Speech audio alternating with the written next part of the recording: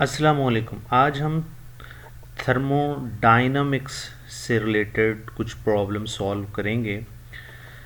Thermodynamics basically ए level की book में chapter number 18 है, जिसके अंदर हम entropy, Gibbs phloem energy, direction of chemical reactions को डिस्कस करते हैं। इसमें छोटे छोटे प्रॉब्लम्स हैं, उनको हम कैसे सॉल्व कर सकते हैं अगर एग्ज़ाम में आ जाए हमारे। तो first question, why change in entropy for vaporization of a substance always larger than change in entropy for fusion। इसका आंसर दें। एस इंट्रोपी के लिए सिंबल यूज़ किया जाता है, डेल्टा लफ्ज़ चेंज के लिए है, वी ए पी वेपोराइजेशन के लिए, एफ यू एस फ्यूजन या मेल्टिंग के लिए वर्ड यूज़ किया जाता है। अब इसको अगर हम आसान अल्फाज में कहें तो हम यूँ कह सकते हैं कि मेल्ट जब सब्सटेंसेस होते हैं सॉलिड से लिक्विड में जाते हैं तो तब एंट्रोपी के अंदर चेंज जो होता है वो कम होता है, लेकिन जब लिक्विड से वेपर्स में सब्सटेंसेस जाते हैं तो फिर एंट्रोपी में बहुत बड़ा एक जंप लगता है। ठीक है, फ्यूजन में सॉलिड टू लिक्विड के अंदर ट्रांजिशन हो रही होती है। वेपोराइजेशन में क्या होता है, लिक्विड से गैसेस में ट्रांजिशन हो रही होती है। तो सॉलिड से लिक्विड के अंदर जब ट्रांजिशन होती है तो आप देखें हमारे डायग्राम में भी आपको नजर है, सॉलिड के अंदर पार्टिकल हाईली ऑर्डर्ड फॉर्म में होते हैं। They can not move freely, they have a zero translation motion.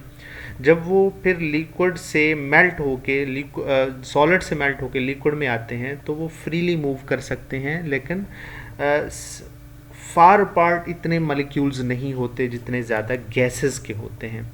तो मॉलिक्यूल्स या एट आइंस या एक दूसरे के करीब करीब रहते हैं लिक्विड फॉर्म के अंदर, तो इंट्रोपी के अंदर चेंज आता है, इंट्रोपी इंक्रीज होती है, लेकिन बहुत ज़्यादा इंक्रीज नहीं होती, बहुत ज़्यादा जंप नहीं होता as compare to liquid to gas. अगर हम कंपैरिजन करें, जब लिक्विड से गैसेस में आता है तो मॉलिक्यूल्स के दरमियान में डिस्टेंस बहुत बढ़ जाता है। डिस्टेंस बहुत ज़्यादा बढ़ने की वजह से गैसेस मॉलिक्यूल्स की काइनेटिक एनर्जी बहुत ज़्यादा होती है, तो इसी वजह से उनके अंदर ट्रांसलेशन मोशन, वाइब्रेशन मोशन और रोटेशन मोशंस की जो रेट्स है और जो इंटेंसिटी है वो एज़ कम्पेयर टू लिक्विड के बहुत ज़्यादा होती है। ठीक है, इसी वजह से जो सॉलिड वेपोराइजेशन की इंट्रोपी है वो बहुत ज़्यादा होती है as compare to fusion entropy से। ठीक है जी, होप सो आपको ये बड़ा आसान सा न्यूमेरिकल लगा होगा, बहुत मुश्किल नहीं है। अच्छा जी, next, predict the sign change in entropy of system for each process. कुछ प्रोसेस दिए गए हैं, ये हमारे पास सिस्टम है, इनकी एंट्रोपी चेंज के बारे में साइन प्रिडिक्ट करने हमने। A piece of wax melt, number 1, number 2, silver chloride precipitate from solution dew form on the lawn in the morning.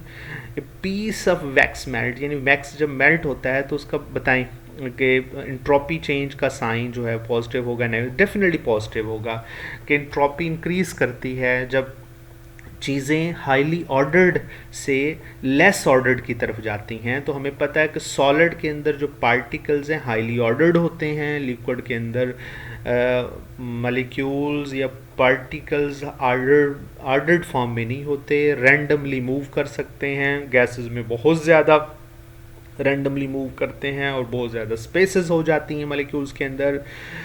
तो इंट्रोपी सॉलिड से गैसेस की तरफ जाते हुए डेफिनेटली इंक्रीज होगी। जब गैसेस सॉलिड की तरफ आएंगे या लिक्विड से गैस सॉलिड की तरफ आएंगे तो इंट्रोपी डिक्रीज करेगी, यानी नेगेटिव में आएगी। तो इसमें वैक्स मेल्ट हो रहा है, यानी कि वैक्स एक सेमी सॉलिड सब्सटेंस है जिसके अंदर मॉलिक्यूल जो हैं वो फ्रीली मूव नहीं कर रहे। जब लिक्विड स्टेट में आ जाएंगे तो वो फ्रीली मूव करना स्टार्ट कर देंगे। जब फ्रीली मूव करना स्टार्ट कर देंगे तो फिर उनकी इंट्रोपी इंक्रीज होगी, इनके इंट्रोपी का साइन पॉजिटिव होगा। सिल्वर क्लोराइड प्रेसिपिटेट जब होते हैं सोल्यूशन में तो तब कौन सा साइन होगा? डेफिनेटली नेगेटिव होगा। क्यों? क्योंकि सोल्यूशन के अंदर सिल्वर आयंस और क्लोराइड्स आयन डिस्पर्स होते हैं। जब वो क्लोराइड आयन और सिल्वर आयंस आपस में कंबाइन होते हैं तो वो प्रेसिपिटेट बनाना शुरू कर देते हैं। जब प्रेसिपिटेट बना रहे हैं डेफिनेटली वो सॉलिड फॉर्म बन रहा है। जब सॉलिड फॉर्म बनेगी तो डेफिनेटली उसके अंदर क्या हो रहा है, पार्टिकल जो हैं वो ऑर्डर्ड अरेंजमेंट में आ रहे हैं, यानी कि उसमें सॉलिड क्रिस्टल लैटिस बन रहा है, तो जिसकी इंट्रोपी डिक्रीज करेगी जिसकी वजह से।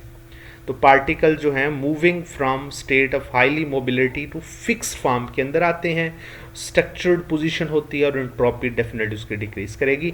Due forms on a lawn in the morning, तो जब ड्यू फॉर्मेशन होती है डेफिनेटली वो वेपर वो कहाँ से होती है, एयर के अंदर जो वाटर वेपर्स होते हैं गैसेस फॉर्म के अंदर हम कह सकते हैं, तो जो हमें नज़र नहीं आते, जब टम्परेचर डाउन होता है मॉर्निंग टाइम में तो ये वाटर वेपर्स कंडेंस होना शुरू हो जाते हैं। जब कंडेंस होंगे समझे गैसेस से वो लिक्विड में आ रहे हैं तो एंट्रोपी डेफिनेटली डिक्रीज करेगी, यानी नेगेटिव में जाएगी।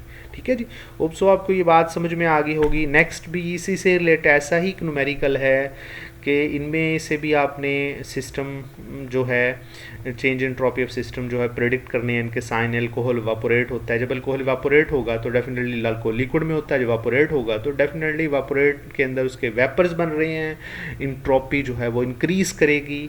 अच्छा, solid explosive converter to gas, जब सॉलिड एक्सप्लोड करता है गैस के अंदर तो एंट्रोपी तब भी इंक्रीज यानी पॉजिटिव साइन होगा।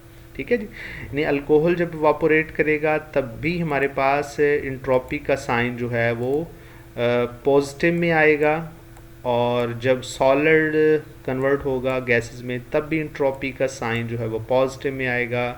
Perfume vapour diffuse through room, जब परफ्यूम हम लगाते हैं तो उसके वेपर जो हैं वो पूरे रूम के अंदर स्प्रेड आउट हो जाते हैं, तो डेफिनेटली पार्टिकल ज़्यादा डिस्पर्स हो गए हैं, उनका वॉल्यूम इंक्रीज हो जाता है, उनकी मोशन फ्रीडम मोशन बढ़ जाती है, तो तब भी एंट्रोपी पॉजिटिव में होगी। तो तीनों के साइन जो हैं वो पॉजिटिव में होंगे। अल्कोहल इवापोरेट हो रहा है पॉजिटिव होगा एंट्रोपी इसकी, एक्सप्लोड कर रहा है सॉलिड तब भी गैसेस में तब भी एंट्रोपी पॉजिटिव होगी। परफ्यूम वेपर्स डिफ्यूज़ हो रहे हैं तो उस टाइम भी एंट्रोपी जो है वो पॉजिटिव में होगी। ठीक है जी, अगर हम इनको कंक्लूड करें कि सॉलिड से लिक्विड, लिक्विड से गैसेस में जाते हुए एंट्रोपी हमेशा पॉजिटिव में होगी। गैसेस जब लिक्विड में जाते हैं या लिक्विड से सॉलिड में तो एंट्रोपी नेगेटिव होगी।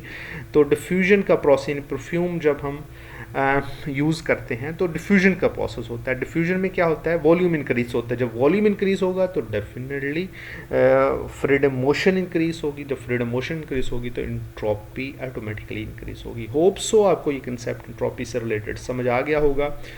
नेक्स्ट वीडियो में कुछ नए प्रॉब्लम के साथ आएंगे।